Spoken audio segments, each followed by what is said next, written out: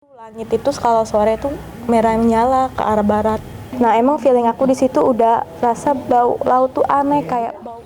Halo Tribuners, jadi saat ini saya sedang berada di rumah Ayu Syafitri. Ayu Syafitri sendiri merupakan warga kota Palembang yang selamat dari bencana tsunami di Tanjung Lesung yang terjadi beberapa waktu lalu. Pada kesempatan kali ini saya akan mengajak Anda untuk mendengar bagaimana cerita langsung dari Ayu sebagai salah satu korban yang selamat dari bencana alam yang sudah menjadi salah satu luka bagi masyarakat Indonesia.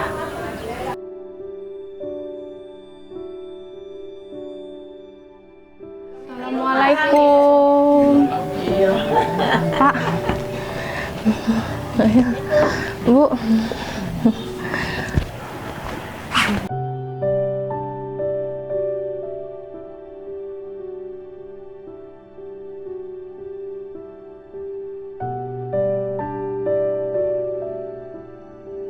Bisa kita bilangkan Ayu ini mendapat mukjizat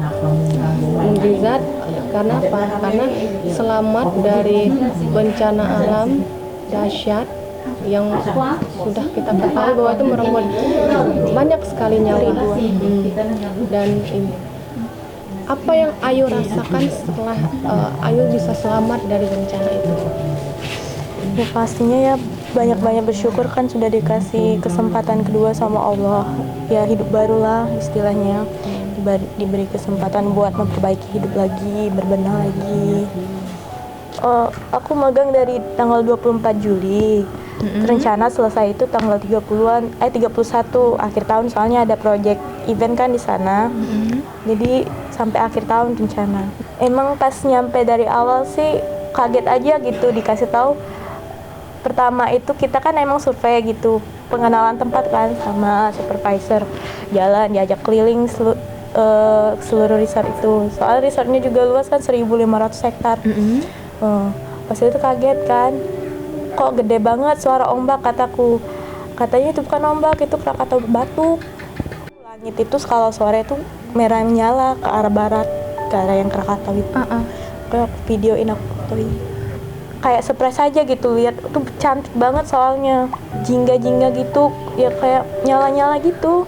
Jadi udah biasa kalau Krakatau batu gitu. Sempat juga kan berapa bulan tuh gempa ringan di MES. Jadi kejadiannya itu tanggal 22 Desember kan. Itu kita handle grup family gathering buat PLN sebanyak 270 packs. Kan di sana aku magangnya di bagian sales marketing, jadi yang bikin BO, yang ngurusin budget, rooming list sama mereka.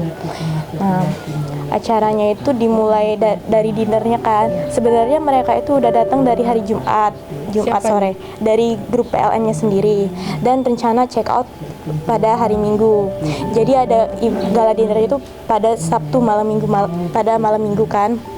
Nah, di situ kejadiannya pas abis maghrib aku langsung terjun ke tempat acara itu kan, yang mereka gala dinner di panggung yang deket pantai itu. Nah, di situ aku udah lihat emang ada rombongan Ajim yang Jigo itu ya. Jigo itu udah MC mereka.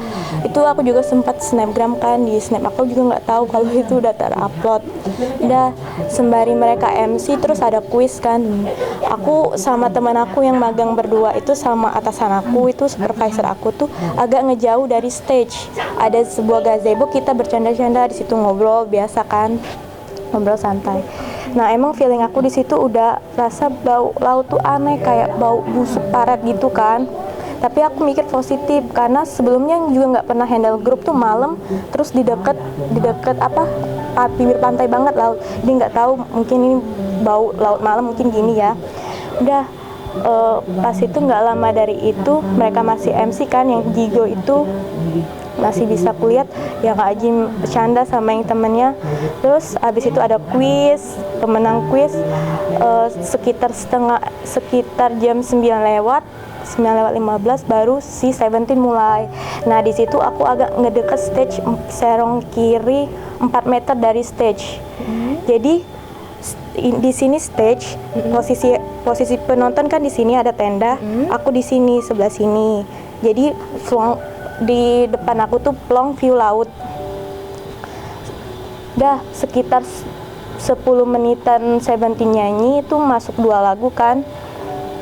Aku di situ posisinya lagi dokumentasiin, soalnya kan disuruh ntar buat laporan kan, harus ada dokumentasinya acara apa aja yang udah kita arrange kan, soalnya sesuai dengan jurusan aku kan.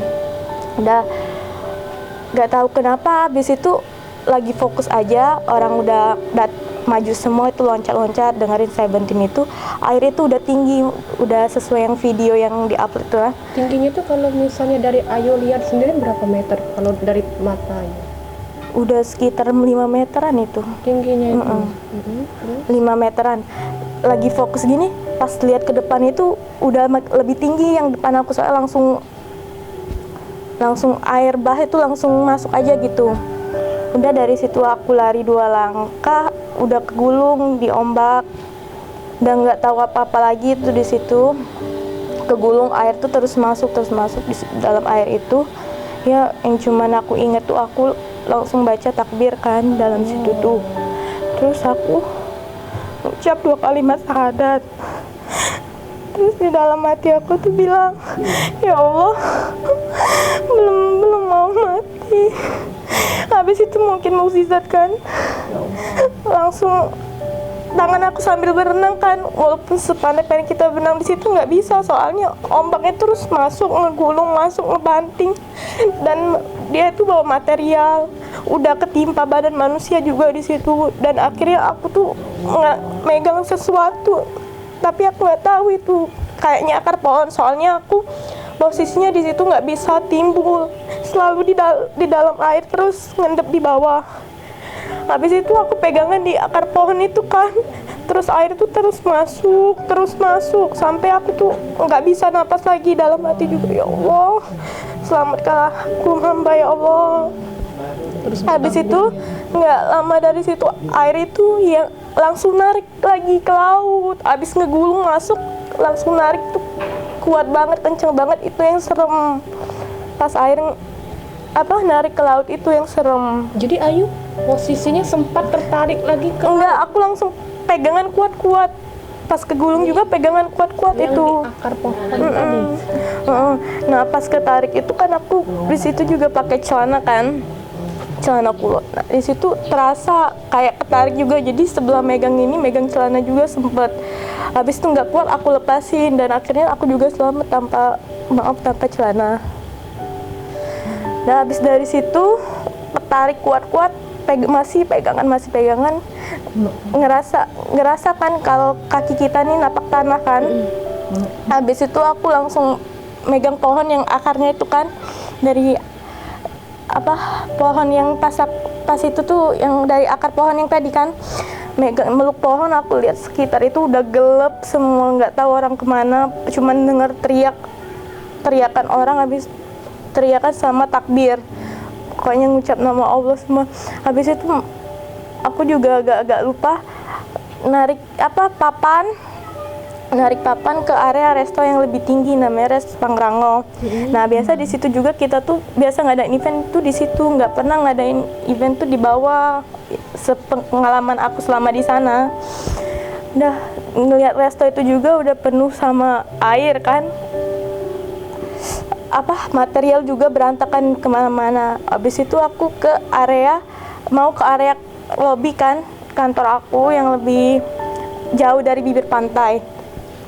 Dan itu dalam keadaan Ayu air baru surut dan masih dalam keadaan otomatis kepala masih iya, tapi nggak kerasa, aku nggak tahu itu udah luka atau gimana. Masih sempat lari kan aku, habis itu ke area lobi, tapi sebelum ke lobi kita ngelewati cottage kan. Itu udah ada bangunan yang roboh, udah ketimpa pokoknya berantakan, berserakan di mana-mana lah, sampah segala macam, pohon, ranting. Ketemu aku juga lupa siapa yang ngasih aku celana. Ketemu sama tamu, katanya deh ambil aja celanaku. Langsung aku pakai celana dari dia, celana sport jeans. Udah, habis itu aku ke area lobi, lihat lobi itu udah hancur, rusak parah juga, ada tiangnya roboh. Aku takut masuk ke kantor ngambil tas, nggak berani aku ngambil tas. Aku langsung minta tolong sama bellboy di sana namanya Pak Ujang, minta antar sampai ke tempat yang aman. Soalnya dari gerbang utama Tanjung Lesung ke resortnya, maksudnya ke hotel itu 3 kilometer. Jadi agak jauh kan. Udah dari situ diantar sama bellboynya ke area namanya Bundaran Monyet, lumayan jauh dari bibir pantai kan, pakai golf cart. Di situ nyari tumpangan, aku teriak-teriak di situ, nangis minta tumpangan ke area mes aku namanya Cikadu, itu 7 km dari Tanjung Lesung resortnya. Nggak ada yang nolong, mereka nolong diri sendiri semua yang bawa mobil kan, soalnya kebanyakan panik juga mereka. Dan akhirnya dapat tumpangan, dapat dari karyawan juga, soalnya aku teriak-teriak tolong mau ke Cikadu, mungkin searah kan.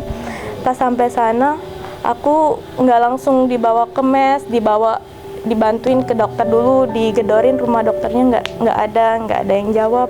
Habis itu baru dibawa ke balai desa, di situ baru bisa telepon orang tua kan, ngabarin aku tsunami di sini yang ada fotonya berdarah-darah itu, ditolong sama warga. Habis itu dibawa ke mes, dibersihin, udah itu ke puskesmas. Nah di puskesmas aku duluan nyampe itu memang udah banyak yang datang korban sebelumnya kan. Alhamdulillah aku udah dapat langsung tempat tidur kan, karena yang lainnya kasihan duduknya di lantai semua kan. Selama di puskesmas aku nggak langsung ditanganin, soalnya di sana kan namanya kampung, dokternya juga minim, dokternya lagi mudik kalau nggak salah, cuman ada ya relawan aja kayak perawatnya aja. Di situ nggak langsung ditanganin, padahal di sini aku udah berdarah. Aku tahu luka itu pas udah sampai di Bundaran Monyet tadi, nanya sama orang, "Mbak luka ya?" Iya katanya, lukanya darah, lukanya banyak. Pas aku pegang kayak gini udah kayak kulit tuh udah, daging tuh udah timbul gitu. Belum berasa, pas di sana, pas sampai di tempat aman baru berasa. Kaki aku juga bengkak kan, udah luka-luka. Ya di puskesmas cuman dibersihin sama alkohol sama air kasar, semalaman nunggu itu darah-darah semua. Di sana aku muntah darah 4 kali hari pertama, 4 kali. Pas paginya baru ada dokternya, cuman dilihat doang, katanya dirujuk ke rumah sakit gede. Takutnya kan, soalnya ini aku udah bengkak banget, sama udah robek-robek kan, darah semua, takutnya ntar tulangnya yang ini yang retak. Pas pagi itu ada ambulan, aku duluan yang diantar ambulan, teman aku belum, yang satunya yang magang namanya Via. Itu perjalanan ditempuh 1,5 jam, soalnya kita pakai ambulan kan agak ngebut tuh. Itu masih darah-darah di dalam mobil juga, aku masih muntah darah kan. Pas nyampe Serang di rumah sakit Sari Asi ada Om yang ini nungguin sama Mbak Mes, satu karyawan yang di sana. Dia lagi liburan di Pandeglang, jadi sempat ke rumah sakit bantuin aku, nungguin aku sampai ayah datang kan. Di rumah sakit itu langsung dikasih penanganan kan, langsung dibersihin, langsung dibius mukanya, langsung dijahit di tempat. Habis itu di ronsen. Dan luka apa aja yang sudah Ayu alami akibat dari bencana tsunami itu? Luka sih banyak, kaki luka-luka itu kayak Memar, bengkak, kakinya sempat bengkak, lecet, memar, terus badan belakang juga bekas memar juga, warna hitam ya, hitam. Lebam semua, seluruh itu luka. Di sini juga sempat luka di sini. Terus yang parah itu yang area muka aku robek di pelipis sini sama di sini robek sekitar sini. Tulang pipi itu. Nah, pas di ronsen hasilnya itu ternyata di area tulang pipi di sini itu retak. Dan di sini itu juga retak. Kalau yang di pipi itu retaknya stabil kayak gini, jadi nyangga dia, insya Allah nggak bakal kenapa-napa kata dokternya. Nah yang parah itu yang di pelipis ini, soalnya dia retaknya ke dalam, udah retak ke dalam. Jadi kalau misal diginiin tuh nggak ada yang nyangga kan, tulang dagingnya tuh ngambang gitu kan. Makanya kemarin di operasi tanggal 29 itu masang pen sekaligus pengangkatan tulang pelipis sedikit. Yang pertama saya mendengar kabar berita itu dari langsung dari Ayu sekitar setengah 10 itu jam 10 ya. Jam 10 dari pasar ngebel ke aku bahwa ya tolong aku kena tsunami goncang di Tanjung Lesung. Nah, tolong ayah cepat ke sini ya. Yang menghubungi telepon Ayu itu relawan dari Tanjung Lesung, nomor HP dia. Jadi saya anak kakak saya minta nomor WA dia, langsung ada foto Ayu minta kirim. Makanya tahu foto Ayu yang pertama lihat foto Ayu yang keadaan dia itu gimana ya dari info dari situ. Kalau saya belum tahu, tahunya lah sudah sekitar jam 10 setengah 11 soalnya bapaknya kan belum langsung ke rumah, langsung ke tempat kakak dulu. Terus menghubungi orang sana yang bantuin Ayu, gimana katanya mau dibawa dan dirujuk ke rumah sakit Syariah Serang. Di sana kan udah ada adik lah yang ngurus sana sama temannya Ayu yang ngurus Ayu. Berangkat itu bapaknya sama dosennya dua yang berangkat ke sana. Dosen sama kaprodi sama PKN sama Ayu. Bisa makan, nggak bisa tidur. Kalau kata sebagai orang tua, kita bisa milih. Mendingan usia orang tua yang sakit daripada anak. Kalau dari semenjak magang nggak pernah pulang. Nggak pernah pulang, paling video itu aja. Saya juga nggak sempat nggak kesana. Ya nggak pernah ketemu. Tenang, bersyukur, alhamdulillah bisa lihat, bisa peluk, bisa ketemu lagi. Mujizat pokoknya. Tadi ada kan, anak nih berangkatnya sehat, diantar di pesawat tuh sehat. Kok sampai kita nemuin sana, ya namanya kehendak semua ya, kehendak Allah. Cuman kita sedih aja.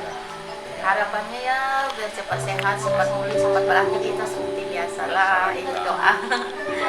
Maka juga kan pikirin nggak mana lagi ya, yang mana itu lepaslah semua lah untuk ini, yang kedepannya yang Kita fokus yang minta pemulihan itu aja. Ayu biar cepat ini pulih seperti biasa, beraktivitas. Ya Tribuners, itulah tadi hasil wawancara saya dan Ayu Syafitri sebagai korban selamat dari bencana tsunami yang terjadi di Tanjung Lesung beberapa waktu lalu. Untuk Ayu, doakan semoga akan sembuh, bisa melewati masa pemulihannya ya, dan bisa kembali seperti semula. Sampai ketemu lagi di kesempatan selanjutnya.